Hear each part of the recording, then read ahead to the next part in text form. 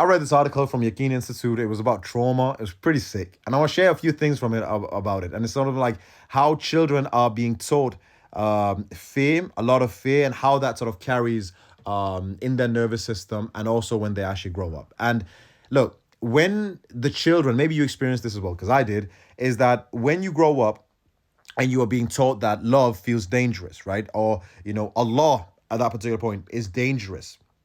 Well, that sits in your fascia and it sits in your nervous system. So your first sort of the one that is actually supposed to be the love of your life, which is Allah, well, that becomes fear.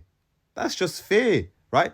And I love how Yaqeen Institute they quote the verse that your Lord has not forsaken you, and it's more than just a verse. And they sort of look at that from the perspective of every single time that you were told that Allah wants to silence you and wants to punish you.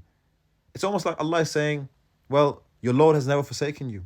I was never that voice that made you afraid. And I find that so fascinating. I find that so fascinating because essentially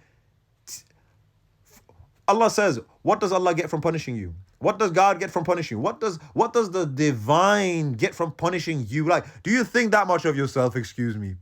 Have you guys seen that video of where we're like so small and like we are nothing as compared to the universe? And we to think that Allah cares that much about you.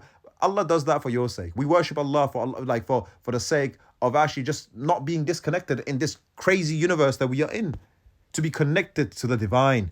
But if you are not even connected to the divine from a place of love and you're constantly in this fearful state, well, that can also carry on chronic diseases that you might actually carry on onwards.